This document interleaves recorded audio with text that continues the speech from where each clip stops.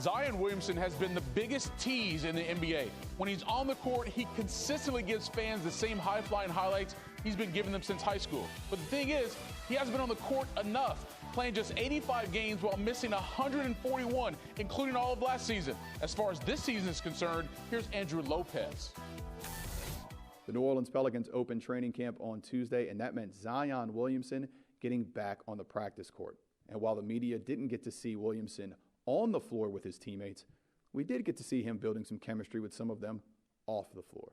From a continuity standpoint, I think it's important from a chemistry standpoint to build on what we've had and what they had before I got here, understanding the relationships, and obviously now we kind of add ourselves into the mix, work on spacing, work on familiarity, and then it'll be helpful when we play. I'm just happy for Z more than anything. I'm happy for him, his family.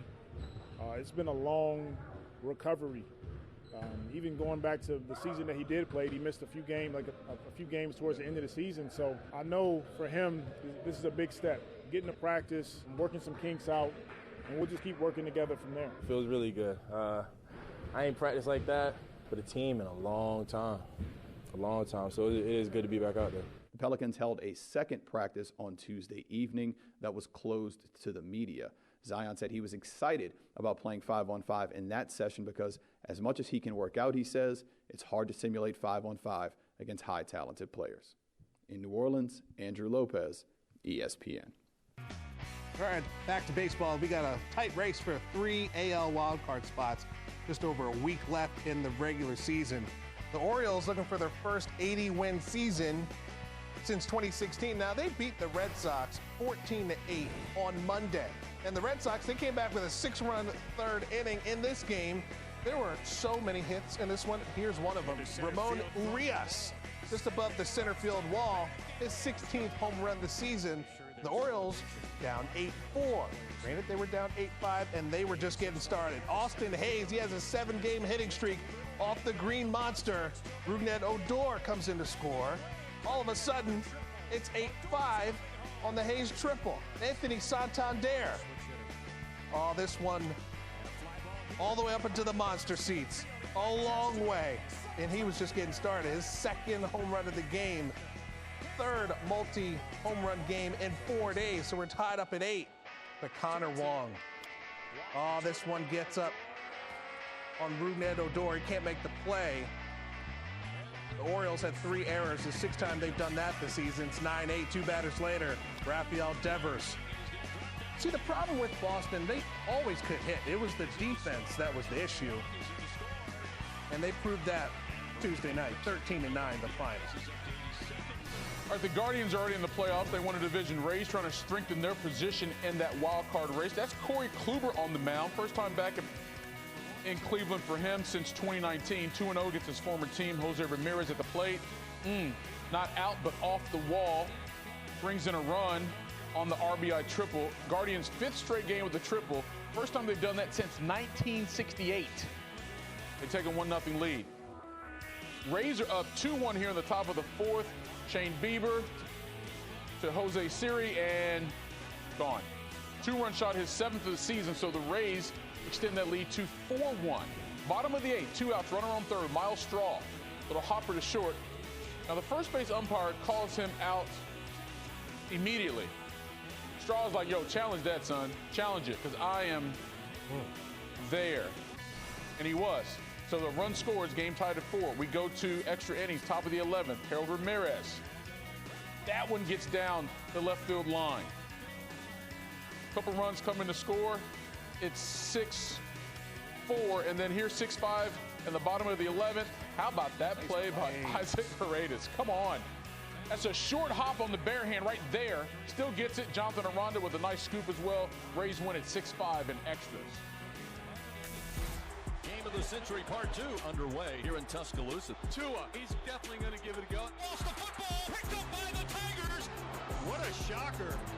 LSU scoring so many points so quickly in front of this Alabama crowd. Touchdown, Alabama! It's a 5-point LSU lead. Touchdown, Tigers! Coach Ed Ogeron said the Tigers were coming. Today, they arrived. Joe just had to slick back the hair in Baton Rouge. He was so smooth. Tua Tagovailoa and Joe Burrow will meet Thursday for the first time since they faced off in SEC play way back in 2019. Now, led by Burrow, the eventual national champion Tigers took down Tua and Alabama 46-41. Now, Tua and Burrow combined for over, get this, 800 passing yards and 7 touchdowns. Since they both went in the 2020 NFL Draft, Burrow has been the most successful of the two. After tearing his ACL in his rookie year, Burrow came back in his sophomore campaign, leading the Bengals to their first Super Bowl appearance since 1988. And on the other side, you can argue Tua, he's been up and down, but has taken a leap in year 3. Through 3 starts this year, Tua has tossed 8 touchdowns while posting an NFL best 83 total QBR. Not to mention, he has the Dolphins as just one of 2 3-0 teams in the NFL. All right, so here's a look at the odds for Thursday night from Caesar Sportsbook. Cincinnati favored by 4 is minus 205 on the money line, while Miami plus 170. The total 47. For more on the Dolphins, Marcel Louis Jacques reporting. Tua Tagovailoa said the plan is for him to play Thursday night against the Bengals, but the back injury he suffered against the Bills on Sunday is still giving him trouble. He said it's hard to twist and turn, hand the ball off, and, of course, throw the ball, which is something he hasn't done since that game against the Bills. Tua added that he'll be at the Dolphins facility for as long as it takes to get his back right for Thursday. But if he can't go, it'll be Teddy Bridgewater in at quarterback for Miami. Both Tua and Mike McDaniel said situations like these are why you sign a veteran like Bridgewater in the first place. And if called upon, he'll be ready to go. The wide receivers and quarterbacks will get plenty of attention in Thursday night's game between Cincinnati and Miami, but keep an eye on that Bengals rushing attack. Last week against the New York Jets, Cincinnati was able to find some success late with backup Samaje Perine playing for an injured Joe Mixon. However, on Tuesday, Mixon was back at practice, and it appears to be his ankle is good to go for Thursday's game against Miami. I asked Bengals head coach Zach Taylor if they were going to divvy up the shares any differently between Perine and Mixon, and he said that everyone's roles are pretty much solidified. Bengals quarterback Joe Burrow complimented the running game and said that the team is going to continue to stick with it, and they feel they have a great running back in Mixon to spearhead the attack. Got a pretty good matchup of dynamic quarterbacks coming up Sunday. Bills, Ravens, Week 4. We're going to walk you through the matchup when SportsCenter returns.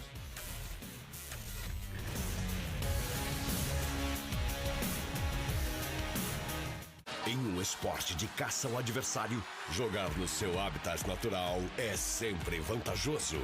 Quinta, sejam bem-vindos à selva de Cincinnati Bengals. Mas tome cuidado, porque os golfinhos vêm com tudo pelas águas do Rio Ohio para transformar seus caçadores em presas. Dolphins e Bengals, 9h15 da noite, ao vivo. Assista a NFL pela ESPN no Star Plus. O Derby de Londres. O Derby de Manchester. Arsenal e Tottenham, Manchester City, Manchester United. E tudo que você nunca soube. Por qual motivo o primeiro derby do norte de Londres, Arsenal e Tottenham... Você foi lá primeiro. Paulo Andrade e Mário Marra te convidam para 4 papos com muita resenha, curiosidades e sinuca. Yesterday Premier League, disponível no Star Plus e na ESPN. We're in a bit of a predicament. The man was killed. Please take that we did it.